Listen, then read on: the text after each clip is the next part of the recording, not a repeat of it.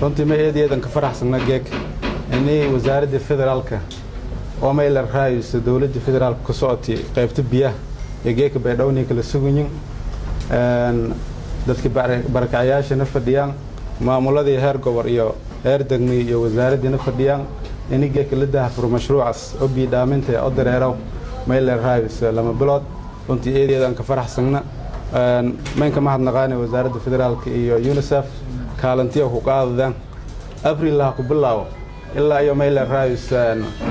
August 21 in biidhaamin meel la raayso soo biyay barakacayaashii mashruuc isugaha muddo dhamaadeen hatana dadkii diblan ku ernaa meel la raayso hatana diblan bilaabo ilaa may ballan edition roogni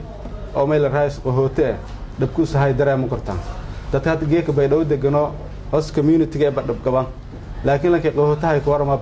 marka saadartay markan insha Allah ka maamul ahaan may ballan qaadana in meel la raayso in sheegada sidii dadkan diblanka naga faday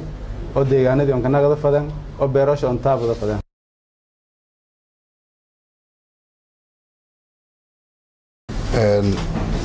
sida la idin sheegay annaga wasaaradda biyaha iyo tamarta nahay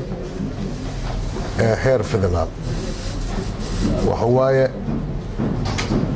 dastuurka dawladdan federaalka u degsan ayaa qaba qof kasta oo Soomaali ah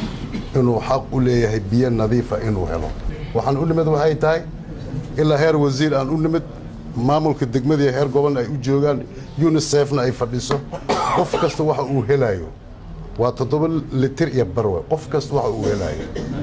inay ogaadaan intaasaad leedihiin 2 bilood intaasaad leedihiin qof kasta uu leeyahay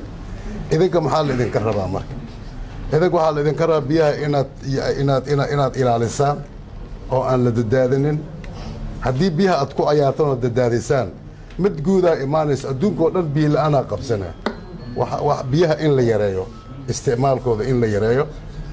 kow annaga waxaan nagu leedihiin labada wasaaradood waxaan nagu leedihiin biyo nadiifa inaad heshaan marka biyo qaybintan tan qaybtii koowaad ay hore loo sheegay 1 milyan oo qof marka ilaahay waxaan ka baryaynaa in horta biyo dhaamintan ay naga